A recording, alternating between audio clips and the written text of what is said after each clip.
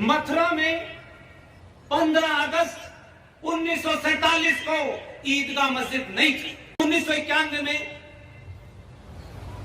मंदिर आंदोलन की वजह से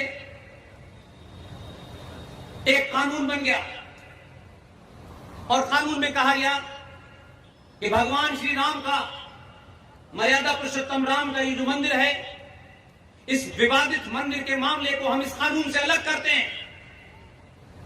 सहमति से हुआ। आपके लोग मौजूद थे पार्लियामेंट में, ऐसा नहीं था कि वो नहीं थे। 1991 में एक कानून पास हुआ भारत की संसद में और कहा कि अयोध्या का मामला इस कानून से अलग कर देते हैं। और कानून यह पास हुआ कि भारत में जितने भी इस्लामिक आतंकवादी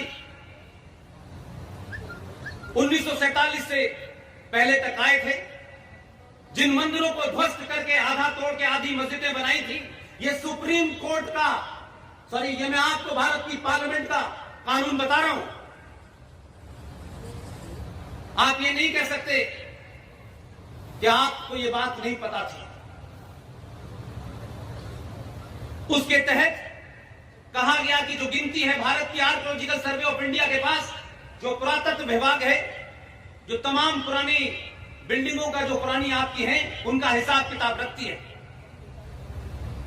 एक अनुमान के हिसाब से भारत में 30,000 मंदिर, जिन्हें मुस्लिम आक्रांताओं ने बर्बरता के साथ तोड़ करके उसके आधे हिस्से में मस्जिद बनाई और उन्हें छोड़ दिया। भारत की संसद के इस कानून को मेरी टीम के एक युवा साथी विष्णु शंकर जैन ने सुप्रीम कोर्ट में चैलेंज किया। सुप्रीम कोर्ट की समझ में नहीं आ रहा कि इसमें क्या जवाब दें। आसानी से छोड़ेंगे नहीं उनको, ध्यान रखिए, नहीं छोड़ने वाले। और उस कानून के तहत यह कहा कि 15 अगस्त 1947 उन 30,000 मंदिर जो तोड़ दिए गए हैं, जिनमें आधे से ज्यादा में तोड़ करके मस्जिद बना दी गई, ये 30 के 30,000 मंदिर दुनिया के, हिंदुस्तान के किसी कोने में हो, इनको यथास्थिति रहेगी, स्टेटस को रहेगा। इसका सिंपल शब्दों में अर्थ यह है कि अगर किसी गुंडे ने, किसी बदमाश ने, किसी आताताई ने आपके घर को लूट करके उस पर कब्जा कर लिया है और आप लड़ने में अक्षम थे, आप घर छोड़ के भाग गए थे, और जब आप न्यायपालिका के पास जाएं, आप संसद के पास जाएं, तो संसद ये कानून बना दे कि आपके घर पे जिसने कब्जा कर लिया है, अब ये स्थिति बरकरार रहेगी। और अयोध्या का मसला उससे निकाल दिया गया, क्योंकि अयोध्या का मामला बहुत गर्म था। और उस कानून का नाम है प्लेसेस ऑफ वर्शिप एक्ट 1991। ये पास हो गया और हमको गीत सुनाया जाता है बार बार, हम मथुरा भी लेंगे, हम काशी भी लेंगे। मथुरा और काशी दोनों उसी प्लेसेस ऑफ वर्शिप एक्ट के तहत आप छू नहीं सकते हैं। आपकी पार्लियामेंट ने कानून बनाया। झूठ मत बोलिए, सच बोलिए। और इस धरती पे मैंने सुना है, मैं जीवन में पहली बार आया हूं इस धरती पे, भगवान कृष्ण के मानने वालों का बड़ा कब्जा है। मैं आपके लिए हल लेके आया हूं। जब मैं आया था तो चला था, तो मैंने कहा कि मुझे क्या बताना है यहां के लोगों को। एक जो जघन्य अपराध दूसरा किया है, क्योंकि जब आप लालच में, स्वार्थ में, दलाली में समझौते करते हैं, तो आपको यह याद नहीं होता है कि समझौते की कॉपी पे क्या लिखा है। जरा एक बार देख तो ले।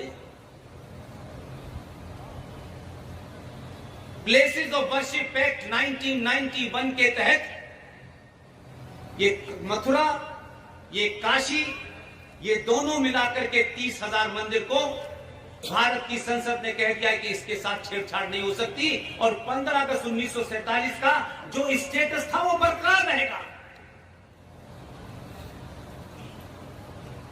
बार बार मैं पूछता हूं, मेरे साथी हैं, छोटे भाई हैं मेरे, साए की तरह मेरे साथ रहते हैं। बनारस हिंदू विश्वविद्यालय से लॉ की डिग्री लेके आए हैं। ओम नरेश उनका नाम है। मैं बार बार उनसे मजाक में कहता रहता हूं, तुम ये मुझे बताओ कि तुम भगवान कृष्ण के वंशज हो या मुलायम सिंह के?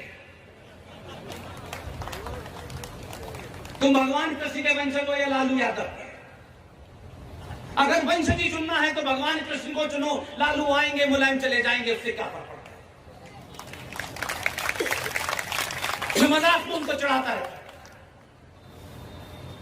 मैंने कहा तुम तो सुदर्शन चक्रधारी कृष्ण के वंशज भी हो, पूजा भी करते हो,